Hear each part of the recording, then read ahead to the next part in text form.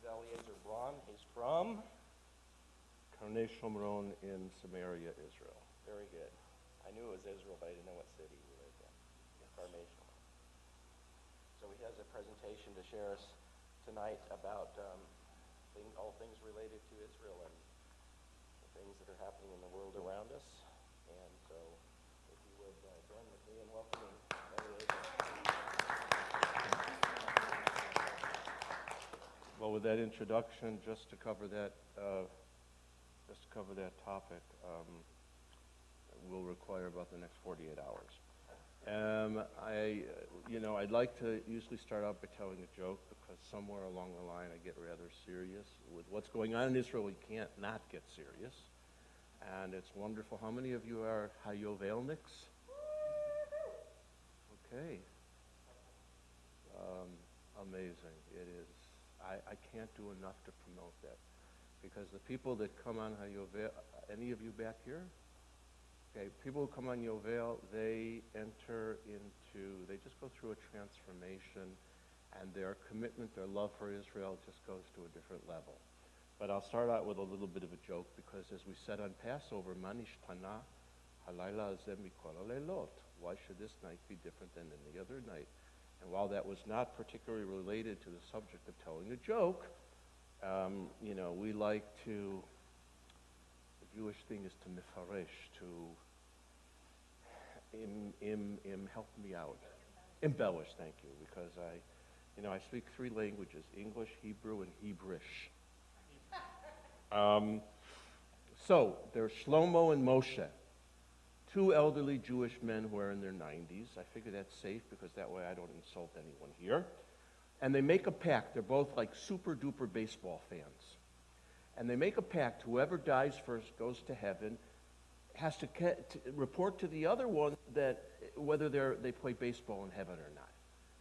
So Shlomo passes away. And he goes up to heaven. And sure enough, they play baseball in heaven. So one night, Moshe is down on earth, is dreaming, and Shlomo comes to him in a dream and he says, I've got good news and bad news for you. The good news is that there is baseball games in heaven. The bad news is you're playing first base on Friday.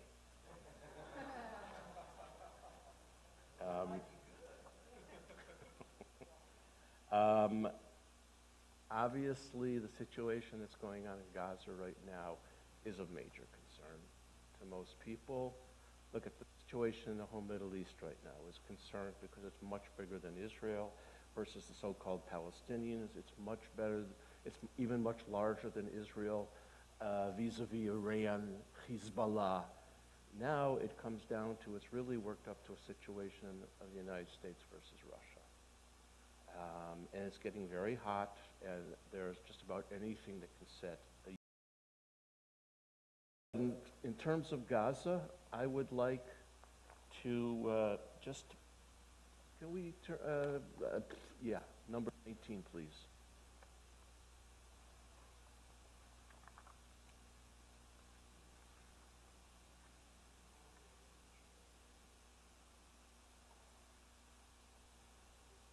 Is that 19? No.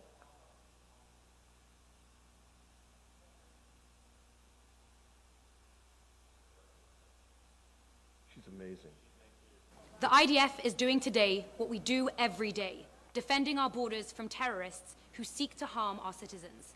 Hamas is the terrorist organization that controls Gaza with an iron fist. Today, Hamas sent over 30,000 Palestinians to violently riot along our border, hurling burning tires, throwing Molotov cocktails, and attempting to harm or destroy Israel's security infrastructure. Our soldiers precisely targeted the specific terrorists that attempted to carry out these acts of terror, some of them known terrorists to our security forces. Sadly, Hamas chose to continue their tradition of using innocent civilians as tools of terror. This includes women and children, even a 7-year-old girl who was forced to cross the border into Israel. Thankfully, IDF soldiers identified her and brought her back to her parents in Gaza without harm. The IDF has an obligation to protect the citizens of Israel, which is exactly what we did today. But don't let the Hamas propaganda machine distract you. Hamas's exploitation of their own people endangers innocent civilians and tries to deflect the attention from the misery that they're inflicting on their own people. This riot is another attempt by the brutal dictatorship of the Hamas terror organization to distract the people of Gaza and the world from the real problems that Hamas has caused its own people. The money that was invested by Hamas into this riot should have been invested into improving the lives of the people of Gaza, invested in schools and hospitals, creating jobs and opportunities for the innocent civilians. Today was far from a peaceful protest. It was a violent riot that Hamas tried to mask as peaceful. The IDF will operate to contain the violent rioters. The IDF will continue to act against any violation of Israeli sovereignty and any attempt to hurt its citizens. And just one more, isn't this great? I just show videos, don't talk. Can we take video number 13? You're gonna really enjoy this one.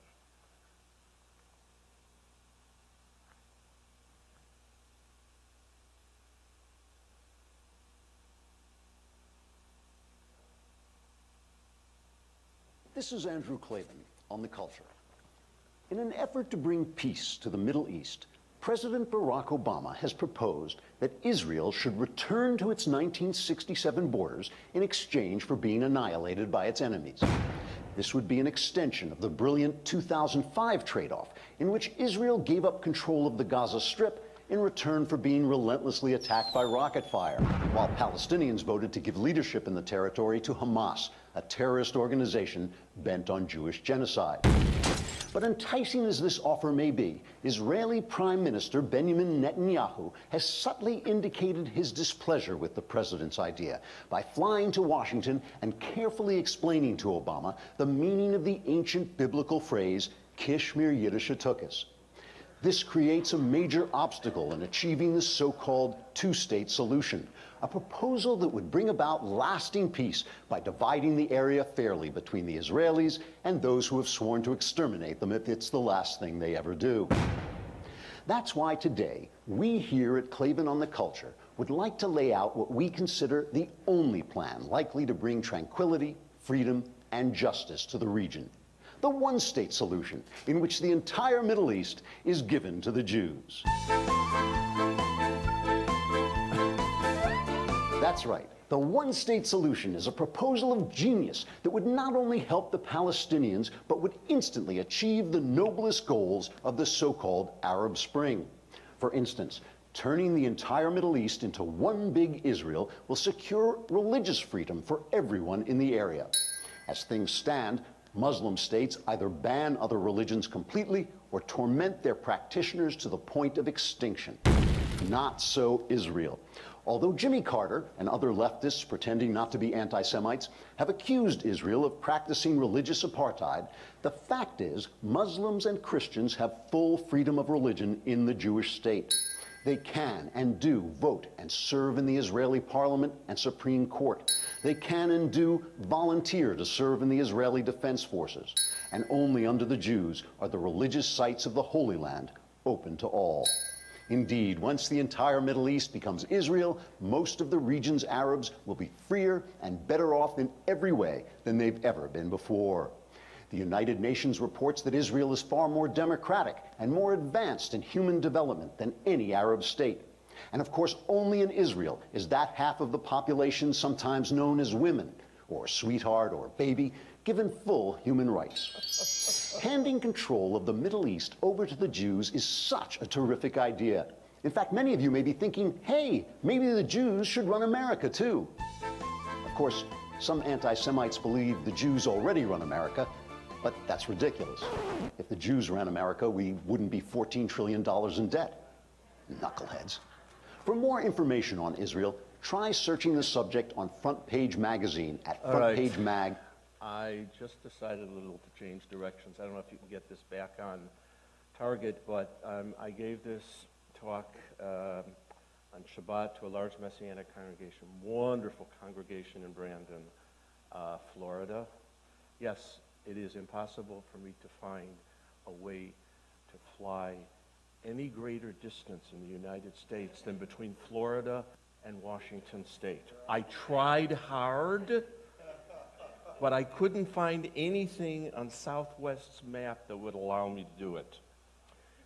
Here's the thing. About a month and a half ago, 2 months ago, a Facebook friend of mine posted this. My friend told me that Israel is persecuting Christians. Can anyone respond? This is an Israel friend. My response to her, and how did you reply to that? Her response to me, I didn't know what to say. Okay, folks, you can't leave this unanswered. So I'm going to just prepare a little bit to let you know how I respond to that. Where did I go? There are many outrageous and demonic stereotypes and generalizations about Israel and Jews in liberal and extreme right-wing political and social media forums. And I would be remiss in not responding to some of their lies. Now, I know that you are probably among the best friends that Israel has. Okay? Believe me, I look at every single face here, and as far as I can see, there are no terrorists among you. If there is, would you please stand up and identify yourself? So hopefully what I'm about to say will serve as useful information when you are confronted by those that are ignorant of and or not interested in knowing the truth. Okay, there are rotten apples in every race, ethnic, religious group, and political persuasion. Okay, I have a video here of Louis Farrakhan. And honestly, when you see what people like Louis Farrakhan say, and he has a very large following, the Million Man March, the head preacher, what he says, it's so disturbing. These guys have just taken another page out of two of history's most anti-Semitic books, one being Mein Kampf, my account written by Adolf Hitler in 1925, and the Protocols of the Elders of Zion, printed in 1903, whose widespread distribution was initially funded by Mr. Model T himself, grandfather Henry Ford. The reason Jews have achieved such broad success is not because we supposedly control the world, but it's because of self-motivation, emphasis on education, and thousands of years of study, arguing, and as many of you probably know, interpreting Scripture that has trained and developed our intellectual and analytical abilities. And when we were unshackled from the chains of European ghettos and discrimination, we sprinted to embrace opportunity.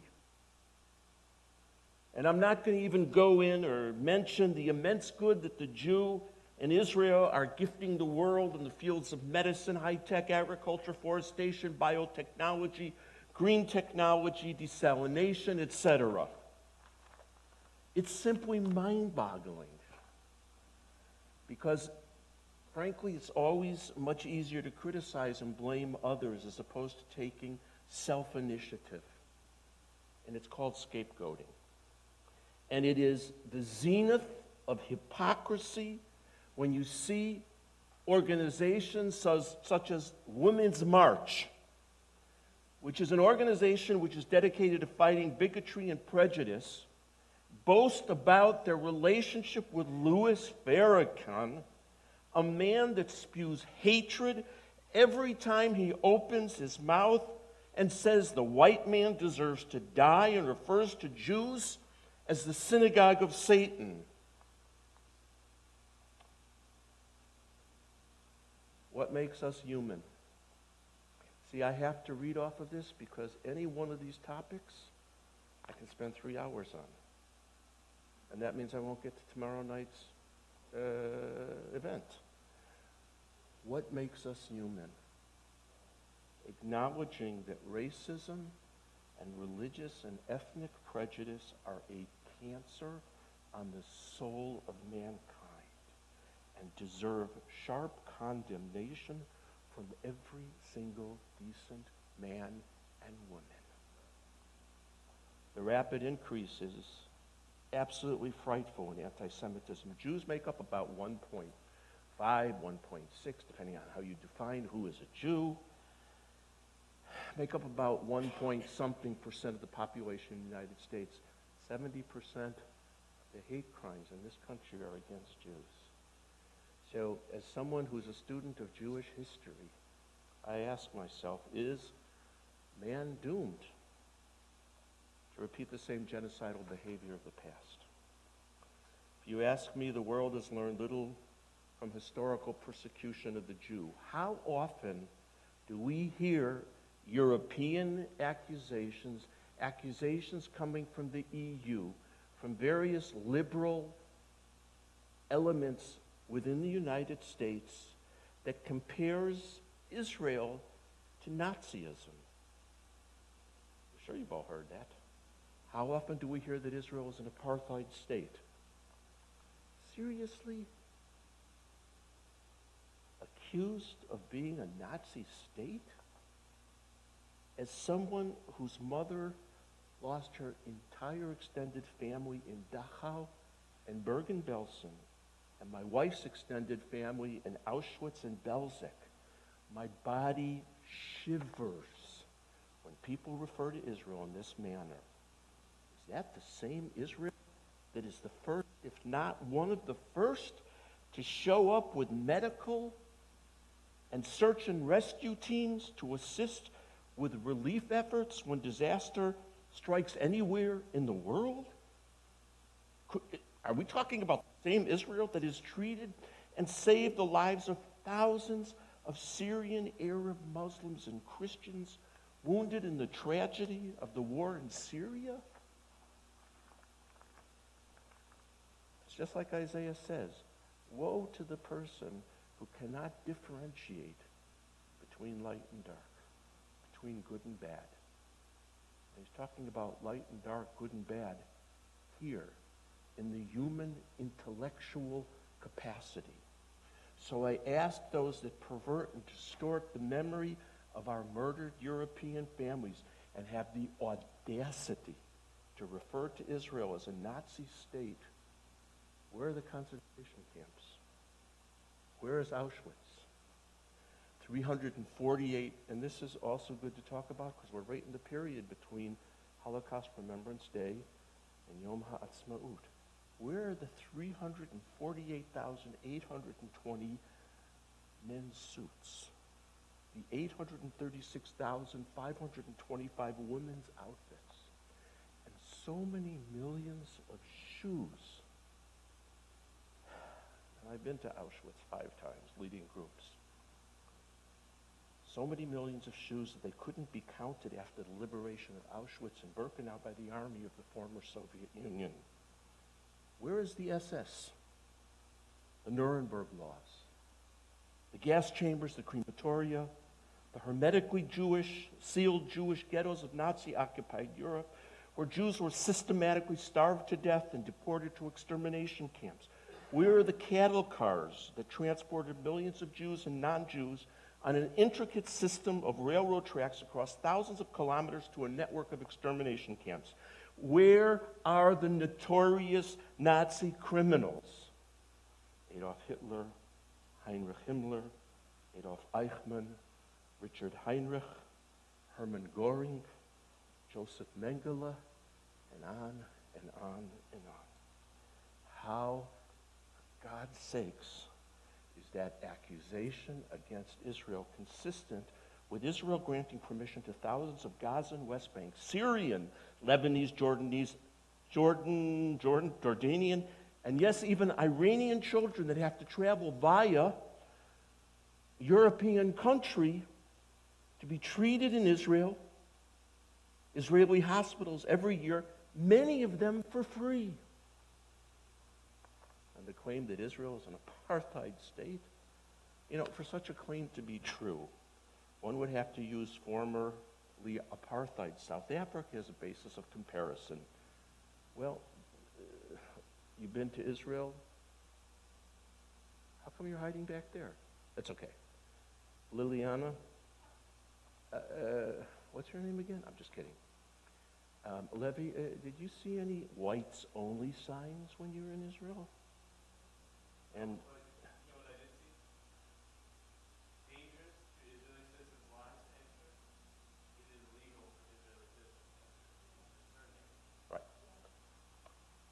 what about the more than 100,000 black Ethiopian Jews that live in Israel? The original groups that came picked up most of them after crossing the desert into Sudan and flied in Hercules planes to Israel. What about the fact that Israel is perhaps the most ethnically and culturally diverse country in the world? If you stand on a corner in Israel, you probably, if you take 30 people, you probably come up with 40 different languages and who knows how many different customs and traditions. To those that make the ludicrous claim of apartheid, our daughter was just in the hospital. Her doctor was an Israeli Arab. Most of her nurses were Israeli Arabs. Come spend a few days in Israel. See our hospitals, our restaurants, grocery stores, beaches, vacation spots where Jews and Arabs mingle freely together. Our universities where Jewish, Arab, Muslim, and Christian teachers and students openly debate about just about everything in a complete atmosphere of intellectual freedom. And compare this to the religious persecution in the Arab and Muslim world faced by Christians, Baha'i, Yazidis, Kurds, and even persecution experienced by a fellow Muslim minority called Ahmadiyya. It was very interesting. Ahmadi Muslims represent about 1% of worldwide Muslims, or about 20 million people. Got to turn the page.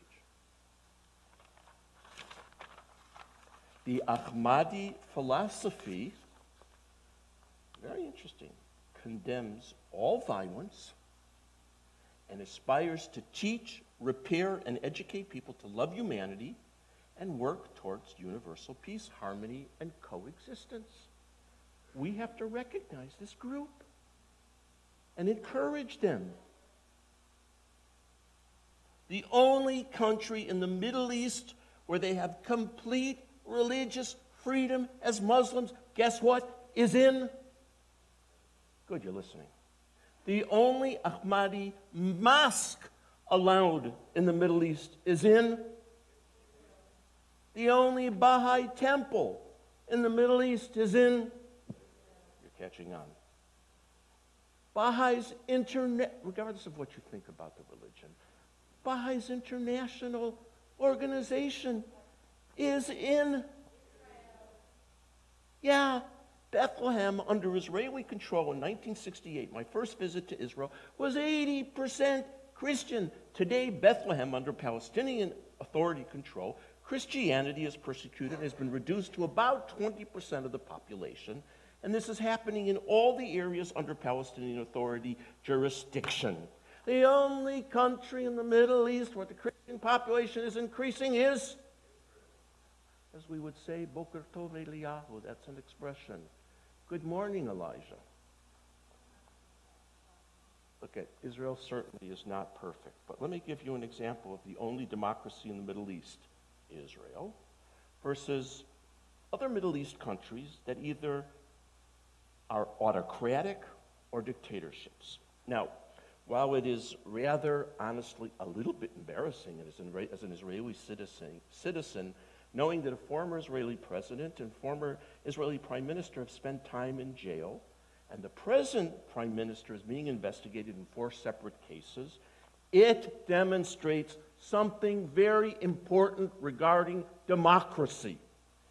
It represents the fact that regardless of their position or their status, no one in Israel is beyond the arm of the legal system.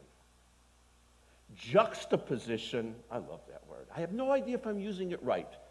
Juxtaposition that with Syrian President Assad and the horrific crimes committed under his authority, and he and his henchmen will never see the inside of a courtroom.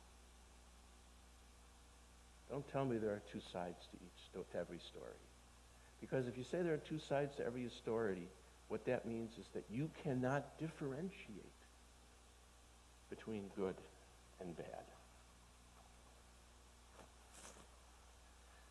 There's 500,000 casualties in the 7-year-old war in Syria. more than 5 million refugees from Syria flooding Jordan, Turkey, and the European continent. In 2017, there were 21 United Nations anti-Israel resolutions, 15 of them supported by every country of the European Union, and only 6 against the rest of the world. One resolution each criticizing Iran, Syria, North Korea, Crimea, Myanmar, and one against the United States for the nerve that it has to embargo Cuba. And none, not a single UN condemnation of systemic human rights abusers, including China, Saudi Arabia, Cuba, Venezuela, Algeria, Pakistan, Iraq, and a lot more that I just didn't take the time to think of. That, my friends, is called grossly obsessive scapegoating of Israel / anti-Semitism, which is epidemic throughout history and has resulted in repeated genocidal acts toward the Jew. I guarantee you that if our Palestinian Arab neighbors ever choose to coexist with us in peace, the Israeli economic gates of heaven will swing wide open to them. The security fence will come tumbling down, the checkpoints will evaporate. There is one reason and one reason only why we have the security fence and the checkpoints, and that is to protect the citizens of the state of Israel. And any other sensible country on the face of the earth would do exactly the same thing. In my opinion, the conflict is not between Israel and the so-called Palestinians. What the core of the conflict is it's really between Israel and Islam. And that is why it remains, and unfortunately will remain, the most unsolvable conflict in the world today, in the unlikely possibility that all of our prayers are heard and a solution acceptable to both sides is found, then Jerusalem will fulfill the true meaning of its name, Yerushalayim, the city of peace, Yerushalom, the city of unity, Yerushalem, the city of fullness and the city of wholeness. One thing is for sure, and I love Martin Luther King Jr., I don't remember how he said it, but the essence was, hate equals war, love equals peace. All right, I'm just not going to go there because I want to do this stuff. You know, okay. That's amazing about the country. Those of you who have not been to, who's not been to Israel? Everybody else is, go ahead, don't be afraid. I swear I'm not going to shoot you. I did buy a super sharp X-Acto knife before I came here. Okay, but that's for cutting open some of the of my wife's work. How many of you have been to Israel? Okay, that's a little better. So you know what? If those who've not been to Israel ask those who've been to Israel, would you go back again? See, I don't even have to answer that question. Again, they'd say, I'll go back again and again and again and again. And why is that? Don't answer. Don't interrupt me. See, Israelis can be rude. Okay? I'm going to tell you why, even though you know why. But it's from my perspective, looking at you and your reaction. You know, one time I was flying into Israel, and have you noticed, like, when you fly into Israel, everybody's looking to see the coastline of Israel, whereas you fly in anywhere else, most of the people, or at least half the people on the plane, are asleep. And this one group, the left side of the airplane was full of Christian Zionists. They all had those tags on them, you know, Hudson Plutz from Schmutz and Lutz, and my name is, you know, whatever. And they all stand up, and they said, they're looking over there, like just the coastline comes. They're all standing up on the left side of the plane. So I'm on the right side of the plane. I stand up and I say, hello, folks. It's wonderful that you're so excited about coming into Israel. We have the greatest pilots in the world. No insult. American pilots are okay, don't worry. But if you don't sit down, even our great pilots cannot land the plane like this. But I see this over, the reaction is amazing. And why is the reaction amazing? Because of the scriptures. Because we happen to be privileged to live in the time when God's word to Abraham to return the children of Israel is coming true. And here's the bottom line. If God doesn't do what he said to Abraham, if Israel, God forbid, were destroyed, you would have a huge problem because it means your God doesn't keep his covenants. It literally means the significance of Israel, the significance of the ongoing return of the people of Israel to the land of Israel is proof that God keeps his word. Look at what he said. Hosea, for the children of Israel will remain for many days. Did we remain for many days in diaspora? Yes. They didn't have a king nor a prince. They had princesses because every Jewish woman thinks she's a princess. No sacrifices, the temple was destroyed. No pillar, no ephod, no teraphim. We were shut out of our land.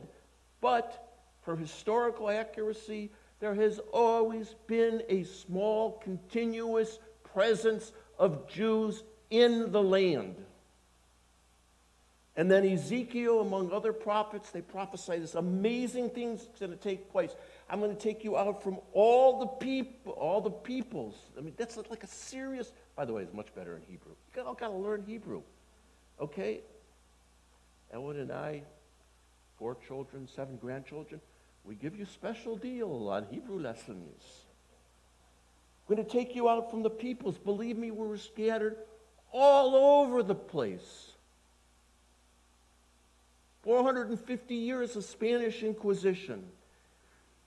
The estimate today, anusim. Have you heard the term anusim? Those are hidden Jews. The Jews of Portugal and Spain that were forced to convert to Catholicism, their descendants, by all rough estimates, at least 10% of the population of Portugal, Spain, South America, and other locations are descendants. And we're not even, that's Jews that were forced to convert to Catholicism. We're not even talking about the rest of Israel, the northern kingdom.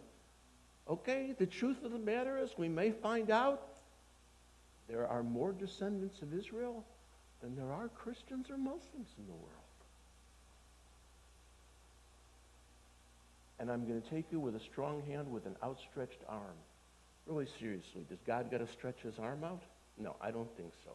But I think that what it's saying is that God is, he wants people to notice that this is not a freak accident of nature. That God is the one that is making this happen. Recognize this is the one sovereign God. Give up your idols. Well, the world doesn't want to give up their idols because they love worshiping. Man loves to worship himself. Have you ever heard anyone who's like phenomenally wealthy say, oh, God did it for me? No, he says, oh, no, that's my hard work. It's all because of me. It's not because of him, because if God decided to take him away, in a second could be taken away. Every single day they continue to come in. It is irrational.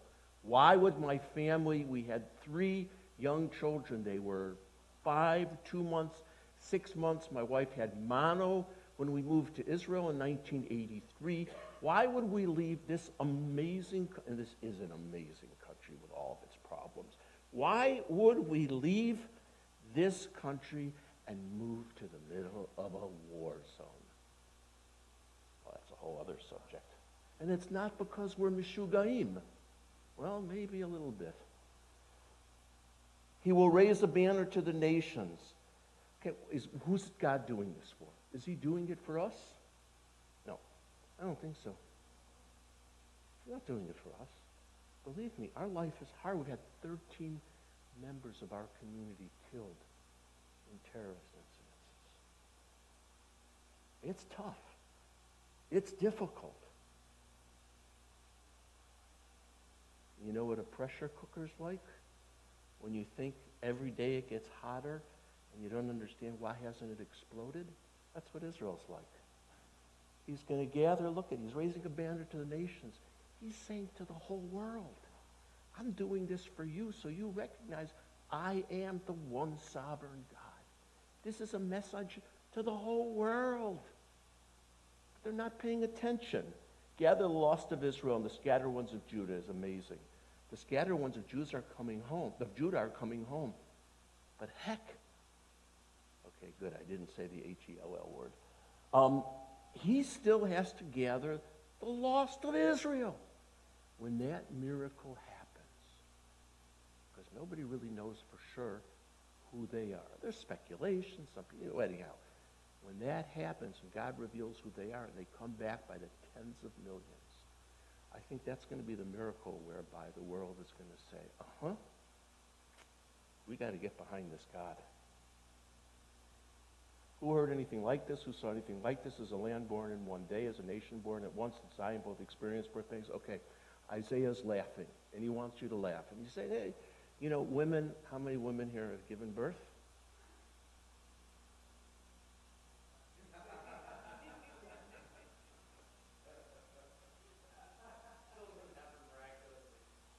I asked that question once in Finland, and all the men raised their hands.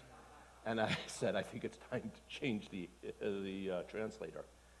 But Isaiah is saying, okay, you're going to laugh, but if I, God, wanted to, I could arrange for a woman to go through 9 months of pregnancy, what's it called? A pregnancy, labor, and birth in one day. And, you know, you think it's a joke? Well, not really, because what he's saying here is I birthed a nation in one day. And yeah, there were a lot of things that led up to the vote in the United Nations, but the countries of the world voted for partition. Okay, the modern sovereign state of Israel, the partition plan was voted in the United Nations in one day. And God put it on the heart. And what's amazing is if the same vote were taken today, I guarantee we wouldn't get this many votes. And by the way, the whole conflict today is as a result of the fact that when the partition plan was passed, Israel accepted it. And the Arabs rejected it. There would be no refugees today if they had accepted it. Do not be afraid. I'm going to be with you. I'm going to bring your children from the east and gather from the west. I'll say to the north, give them up to the south. Do not hold them back. Blah, blah, blah, blah, blah. What I love about this is saying to the north, give them up. You realize how cool this is? What is he talking about? He's talking about Russia. I mean, I grew up in Chicago. Whenever the Bolshoi Ballet came, we would come with posters and demonstrate, and we'd say, Am Yisrael Chai, let my people go. I mean, seriously, these little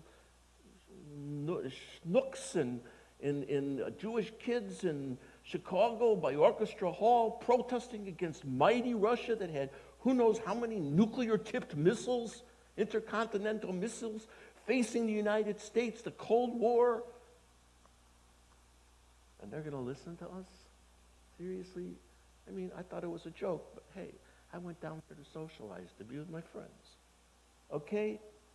But when God said, give them up, the Iron Curtain just melted and outstreamed and continued to stream more than 1,000,000 300,000 from the former Soviet Union because God said, you can't hold them back. Told you this is cool stuff. Okay, and what language are you going to speak? You're going to speak a pure language. That implies that there's a impure language. You go into any synagogue in Israel, whether it's Orthodox, Conservative, Reform, Messianic, who knows, what language do they speak? Do they pray to God in? Hebrew. When Hebrew, the Jews were mostly dispersed to Europe, and Hebrew became mixed in with all the different European languages, and an impure form of Hebrew developed, and it's called bum bum bum bum bum bum bum bum bum bum bum. What's behind door number 1? Yiddish and Ladino. Those are not the languages of Israel today. It's Hebrew, because Zephaniah prophesied, you come back, a language which was dead for 2,000 years. That's what's going to be spoken in the streets. And the shekel is 20 gerah, 20 shekel, 25 shekel. What are you going to use as the currency? The shekel. And that's what we've got today. I have a 20 shekel bill here. And I am, what's it called? Auctioning it off today. We're starting at $5,000. Do I have a taker? I'm in a really good mood today. I'm going to reduce it to $2,500. Okay, yeah. You know what that is? A good word to learn in Hebrew. That means no one here is a friar. You know what a friar is in Hebrew? What every Israeli is afraid of being accused of being. A sucker. That's why we drive the way we do. Okay? Can I teach you a driver's lessons in Israel? Okay. Here's the deal. You've got, it's a 2-lane highway, right? Okay, you're over here, and you want to go into the left lane. This guy's over here. If you signal and hesitate, he's going, boom. He doesn't want to be a friar by letting you in. So now, if you ever are driving in Israel, this is how I have to instruct you. He's over here, you're here. You make the decision, switch into this lane. You ready? You make your click, you click, click, click. You get in there before he even has a chance. Because then, he's not a friar. He said, what can I do? The guy didn't give me a chance to cut him off.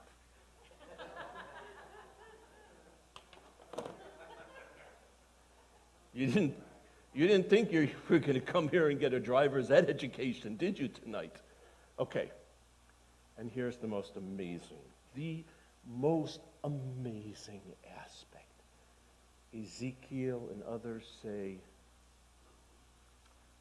when you come back, put your hand on the land, it's going to produce the most amazing fruits and vegetables. The cities are going to be rebuilt. They're going to be better than they ever were. Huh. Been to Auschwitz 5 times. Been to basically all the camps in Europe. It is the most, I don't know how to describe it, experience. Any of you been to Auschwitz? Pardon me? Dachau, okay. I've got a story about Dachau, but yeah, I don't, like nobody has to work tomorrow morning, right? Catch a plane? What time? At night? Better hurry up so that you have an opportunity to buy pictures. Okay. This spot in Auschwitz, there are 4 memorial stones. Behind this memorial stones are 2 burial pits that have the ashen remains of about 1 million Jews. The emotion you have when you're standing in this. And then I wanted to find a scripture that I thought applied to this spot. Listen what Isaiah says. Shall a woman forget her sucking child from having mercy on the child of her womb? standing in this spot, you feel numb. You feel the devastation. You feel the genocide of European Jewry. In Auschwitz, in cooperation with Yad Vashem, you know what Yad Vashem is.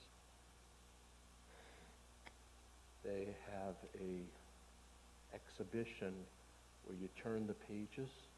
They have the names of 3.5 million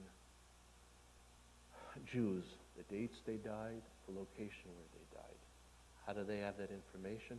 Because the Nazis kept accurate records, because when they finished destroying and killing all European Jews, they were going to build museums to show the world the favor they did to the world. And I found the names of all my family members. Last name was Fertig. I found all of my mother's extended family. You stand in this spot that represents the devastation, and look at Isaiah. I would say Isaiah has a huge amount of chutzpah. Who is this Isaiah? We witness the devastation of 1.5 million Jewish children losing their lives. And what does Isaiah say? These two shall not forget. I will never, ever forget you, Israel. Seriously? Not going to forget Israel when we just lost 6 million?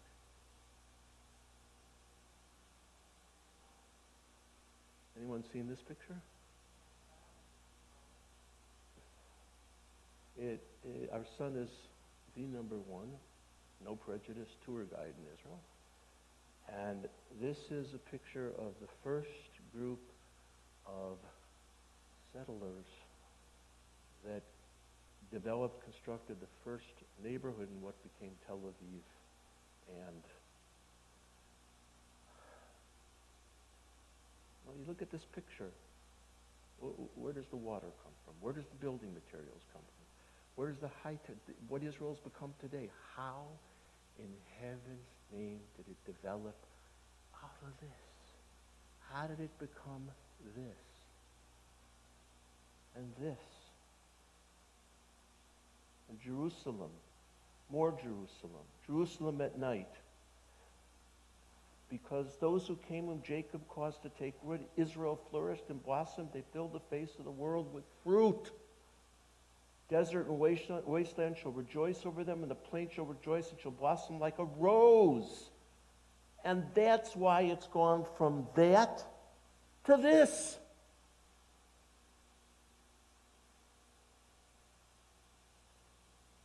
It says, the children of whom you were bereaved. The day will come when the children will say, move over, adults.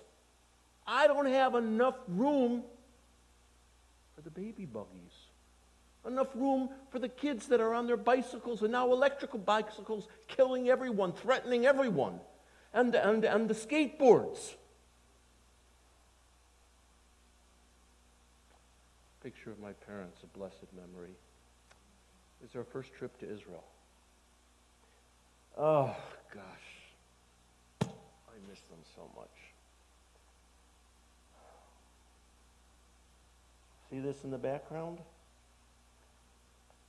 That's Shalom Tower. Anybody heard of that? It was 40 years ago, something like that, the largest building not only in Israel, but in the Middle East. And you'd go up there, and you'd see all around you for miles, except in Israel we call it kilometers. You Americans have this ridiculous system that makes no sense.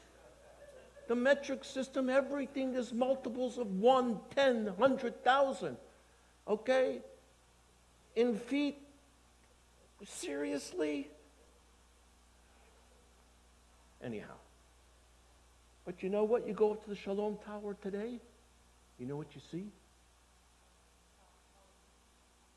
You can't see anything because you're surrounded by taller buildings. Israel is the country, I call it Eretz HaManofim, the land of building cranes. From this, Norway, I love it during the winter. Norway, unbelievably wealthy country. Unbelievably, because they got all this oil and gas in the whatever it's called, in the North Sea. They only have 4.5 million people. If the United States ever wants to cover its federal deficit, they have to invade Norway and take their money. Oh, I'm sorry, did I make a mistake? Are you Norwegian or something? Okay. So what do? I go in January after a visit to Auschwitz, and I go into Rima. Rima is their, like their supermarket chain. And they've got 8 fruits and vegetables because the temperature there is so drastic, difficult. They can't grow their own things, so they've got red peppers from Israel, yellow or whatever color that is from Israel, watermelons from Israel, grapefruits from Israel, oranges from Israel. Because all year round, this is what the Israeli fruits and vegetables look. That's what they make out of the sand. And the flowers, the amazing flowers in the fields, and oh my goodness, and people don't understand the miracle. Look at the greatest empires, the most powerful empires in history, some of the greatest philosophers, poets, you name it. They're all gone. They're all on the dustbin of history. But the people who, according to human logic, should have never, ever survived because God had to make a point. He had a promise to keep. And what's the promise? When Abraham went up on the mountain and God said, Ufaratzta yama kedma tzafona v'negba. Well, you know what that means. Abraham, look all around you in every direction, towards the ocean, which is west, towards the east, towards the Negev, which is south, Safona, which is north. Everything you see and beyond, it all belongs to you and your descendants. Look at it. An Israeli army person taking care of a Syrian baby. You know who this is? Iranian journalist who wrote something favorable about Israel, threatened for her life, managed to leave Iran. Guess where she found political asylum? Israel. This blows me away. This is in Auschwitz. And why does this blow me away? Because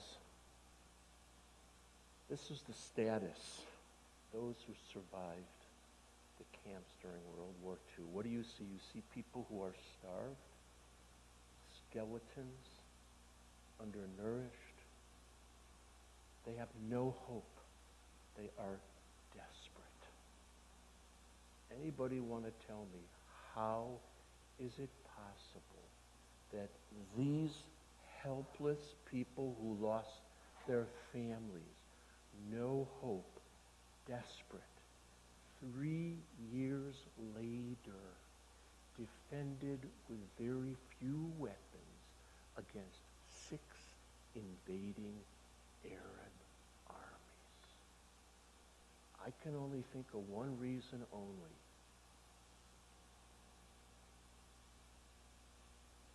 And that became that. And this powerful army, the only reason Hezbollah and Iran and Syria and Hamas don't join together in war is because they know Israel cannot be defeated militarily. And ever put to the test, Israel will utterly destroy them. This is what we really want. This is what we really hope for. This is what we pray for. And that kingdom will no longer be divided. It'll come together as one, just as Ezekiel says. We will no longer be 2 kingdoms divided. We will be one kingdom under God, under one king. Just be careful. I was warning you about the Israeli drivers before.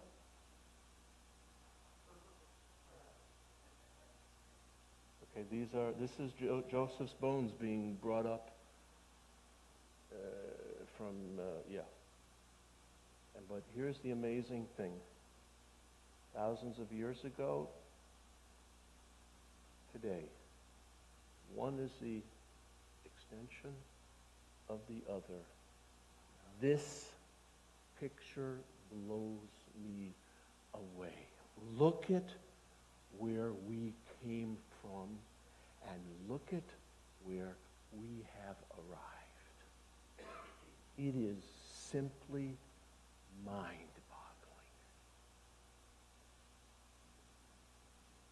I want to play, because I get so much joy out of this, I just want to play one of the Hayovel. I mean, to me, this is just like the testimonies of the people. You know, people say, well, why do you travel and speak with, I don't know, what do I call you people? Israel friends, how's that?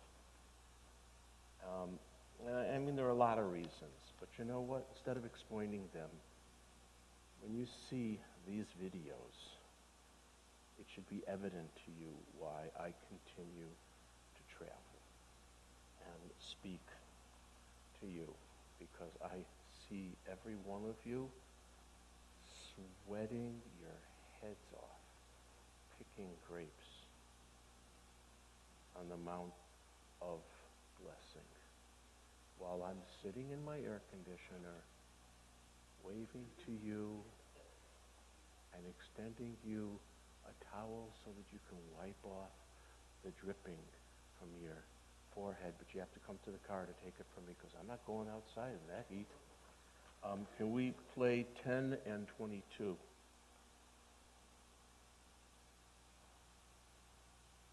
This trip has impacted my life, I would think, very strongly. It's been absolutely amazing to me. This trip has been a life changer for me. This trip to Hayovel has been an enormous impact on our lives. This trip with Hayovel to the land of Israel has impacted me in many, many ways. We sense that Israel was a part of the Word, was a part of the Bible.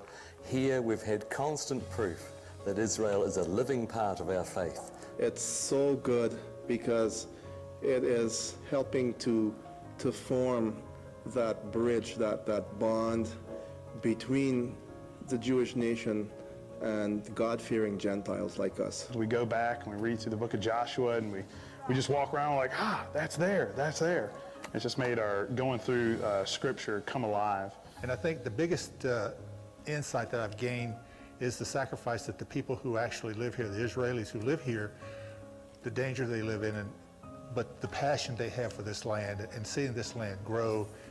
It's nice to be here and to see what the people is like, and they really appreciate that we can be part of the prophecy because this is their heart. The relationship that our family is taken from here. We have went through things here, and in harvesting and just doing everything as a family has drawn us so much closer. I've seen probably what I've come to view as the most important thing that's happening on the planet right now. My view changed because I really didn't know a whole lot about it, and I received a great education on it. I think it was always a lot of head knowledge, but now it really sank into my heart. It became part of who I am. It helps the Bible become more alive because you've seen the places that you read about, and so therefore you can have a picture in your mind what the geography of the land is like and what the people are like and so on. All the stories we were told about the Old Testament when we were growing up and brought to life, not animated, but in reality. I didn't realize how important these rocky hills are, and to see rocks growing fruits and grapes. And instead of having secondhand knowledge to things that you've heard from everywhere, you can actually got first-hand experience to go against it. it doesn't get much better than that. It takes a lot of faith and family members to support us, but it's really worthwhile in the fact that you have an amazing experience. You are supporting Israel's restoration. And I challenge anybody to come here and not be changed, and not to experience all this and not come out differently with a deep love for Israel and to want to help and do something. So take that challenge and come on out.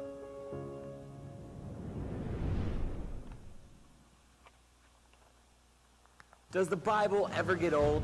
Does it seem like we're always talking about how picking grapes in Israel is a direct fulfillment of prophecy? Well, here's another question for you.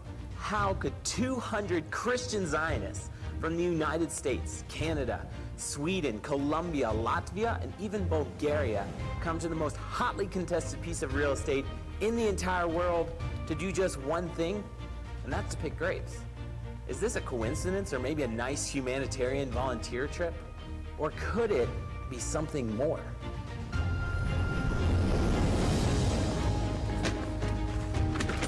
Jeremiah Tubbs. I'm from Toccoa, Georgia. My name is Richard Crombie from Vancouver, Canada. Hi, my name is Evan Machulis, and I'm from Orlando, Florida. I'm Christopher Carroll from San Antonio, Texas. My name is Chris Kramer, and I'm from Texas. Matilda from Stockholm, Sweden. My name is Carolyn Harrell, and I'm from Florida. My name is Baiba, and I'm from Latvia. I'm Raivita from Latvia. My name is Silvan Boyanov. I was born and living in Bulgaria. Now I'm living in United Arab Emirates. Sherelle from Kansas City, Missouri. Mi nombre es Víctor, vengo de Colombia y estoy contento aquí recogiendo uvas, compartiendo con ustedes. Do you see this cluster of grapes? When the 12 spies returned back to the people of Israel in the desert, they were carrying a huge cluster of grapes from this very area that I'm standing in this morning. 10 of the spies chose to focus on the negativity of the land, but 2 of them, Joshua and Caleb, brought a message that the land was good. Thousands of years later, there are Christian Zionist volunteers harvesting grapes in the Judean hills this morning in the very same place that first cluster of grapes came from. In 3 weeks' time, these people will be returning back to the nations with an unforgettable experience, and their message to the rest of the world will be that the land is good. Yeah, I don't have to explain while I travel because this is why. This is the result. We are going to watch a 18-minute video of my lovely wife and her artwork, which supports our family.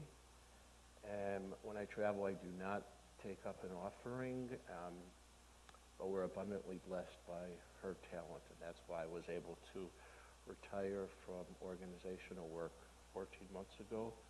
Woohoo! No board of directors over me, nobody telling me what to do. I can make my own mistakes. It's wonderful. So it's called Ellen something Trimmed, and she is trim. So you got it? Okay. Yeah. Okay. People are often interested in our life and lifestyle and how scriptures and these pictures connect to us today. I'll use the cycle of the year to help explain. Here's parting of the Red Sea, which reminds us of Passover and how we sit telling and retelling the story of the Exodus. This creation evolved by writing the entire